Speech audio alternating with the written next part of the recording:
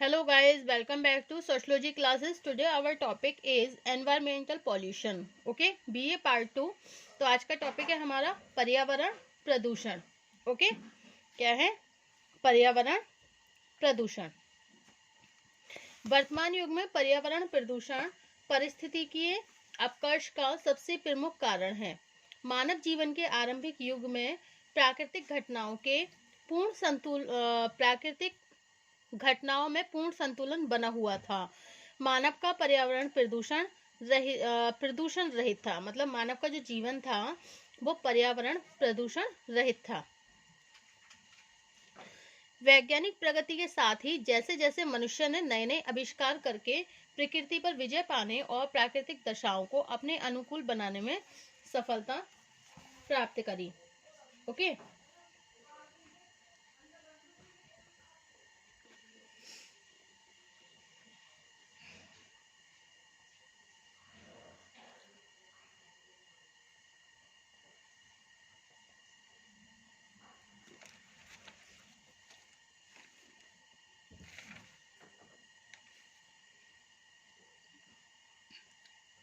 अब है meaning of the environment.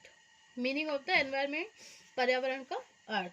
Okay, शाब्दिक रूप से पर्यावरण दो शब्दों से मिलकर बना है. परि प्लस आवरण. परि का अर्थ है चारों ओर, जबकि आवरण का अर्थ होता है ढके हुए.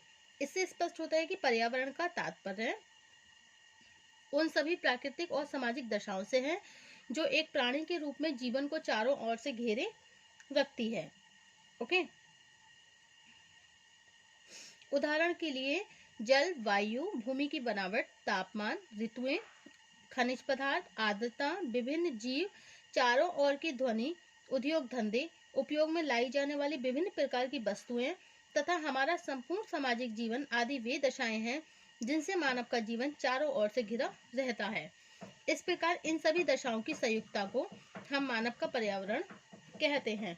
ओके, रॉस ने लिखा है, Ross rights about the environmental pollution. पर्यावरण का कोई भी वह बाहरी शक्ति है. पर्यावरण कोई भी वह बाहरी शक्ति है जो हमें प्रभावित करती है. Environment is any external force which influence us.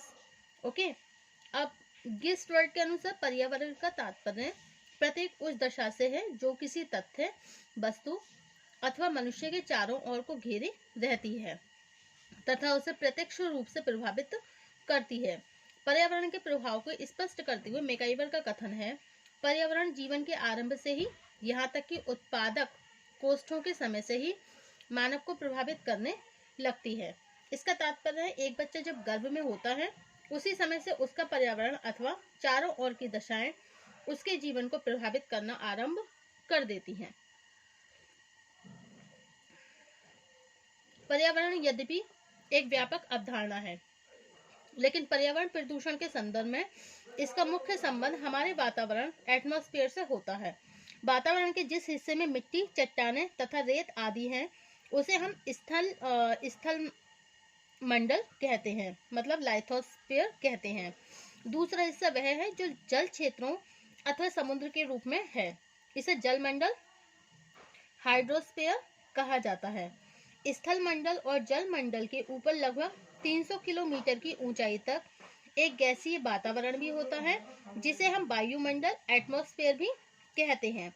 Okay, अब समुद्र की सतह से लगभग 10 किलोमीटर ऊपर तक लगभग इतने ही नीचे तक के हिस्से को जीव मंडल भी कहा जाता है.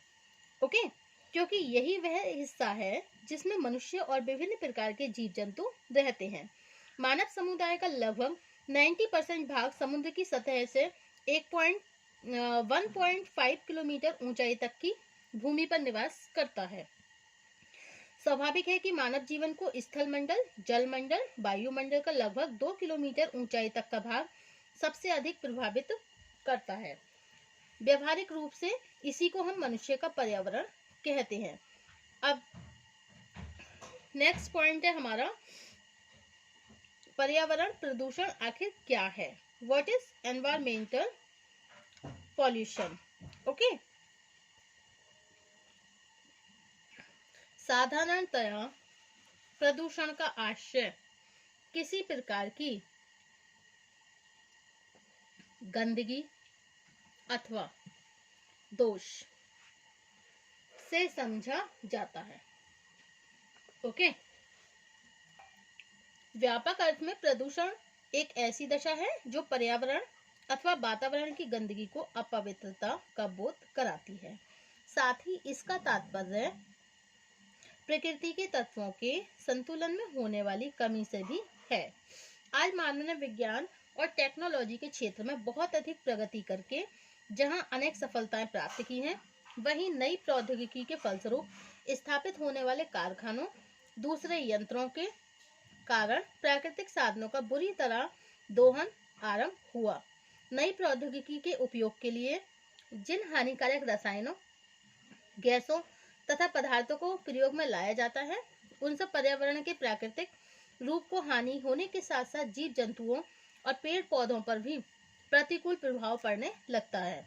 यह सच है कि प्रकृति स्वयं ही अपने संतुलन को बनाए रखती है, लेकिन भूमंडल पर पैदा होने वाली कृत्रिम गैसों से जब यह संतुलन बहुत अधिक बिगड़ जाता है, तब इसी दशा को हम पर्यावरण का प्रदूषण कहते हैं। ओके।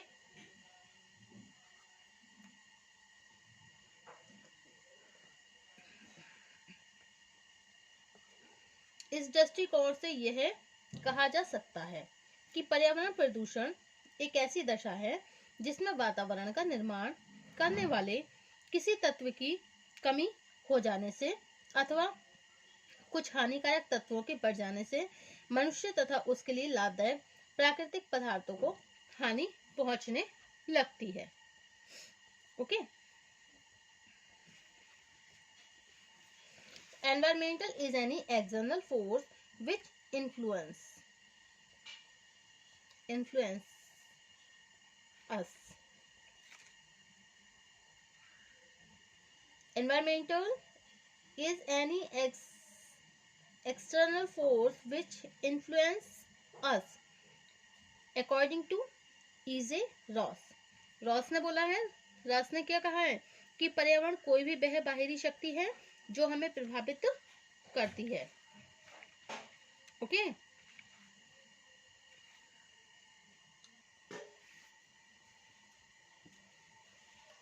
वास्तव में पर्यावरण प्रदूषण वायु, जल एवं स्थल की भौतिक, रासायनिक एवं जैविक विशेषताओं में होने वाला वह अवांछनीय परिवर्तन है जो मनुष्य और उसके लाभदायक जंतुओं, पौधों तथा कच्चे माल आदि को भी किसी भी रूप में हानि पहुंचाता है।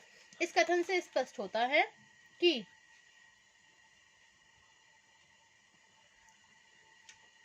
वायु, जल, वनस्पति, जीव जंतु तथा प्राकृतिक गैसें पर्यावरण के मुख्य घटक हैं। यह सभी घटक पारस्परिक व्यवहार के रूप में प्रकृति के संतुलन को बनाए रखते हैं।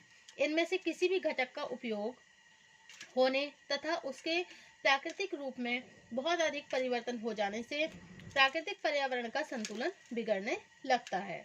इस दशा को हम पर्यावरण प्रदूषण कहते हैं।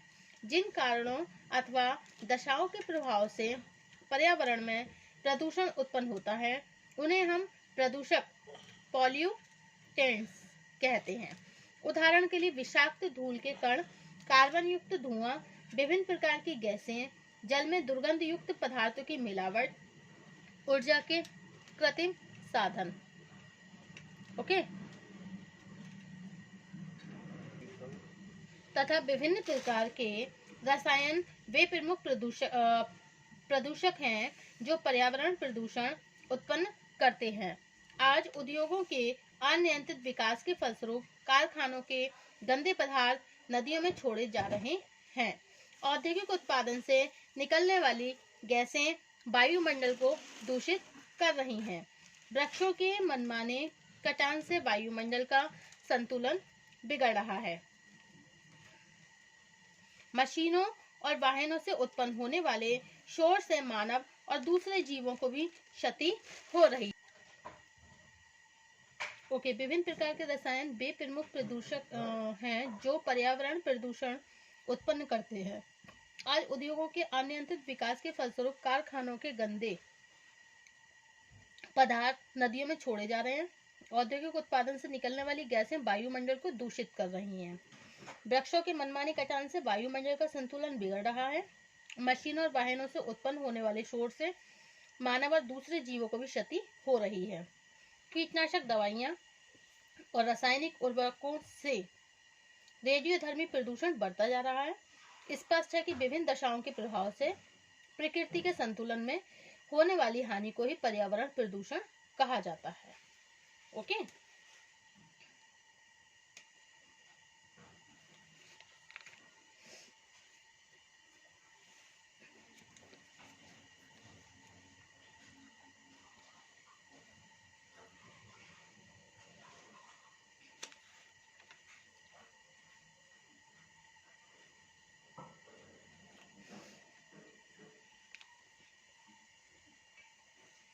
पर्यावरण में परिवर्तन न होने के कारण बल्कि जो वन्य जंतु हैं बड़े क्षेत्रों में फैले हुए जंगलों को स्वच्छ बनाए रखने का कार्य करते थे।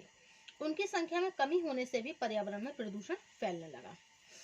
ओके, नगरीय उद्योगों की चिमनियों से निकलने वाला धुआं, करोड़ों वाहनों से निकलने वाले कार्बन युक्त धुएं, गंदे पानी के भराव तथा औद्योगिक कचरों के दुर्गंधपूर्ण ढेरों के फलस्वरूप आज व्यक्ति को स्वच्छ हवा में सांस लेना भी कठिन हो रहा है। पर्यावरण संबंधी इन विषम समस्या के विभिन्न पक्षों को समझना बहुत ही आवश्यक है। ओके,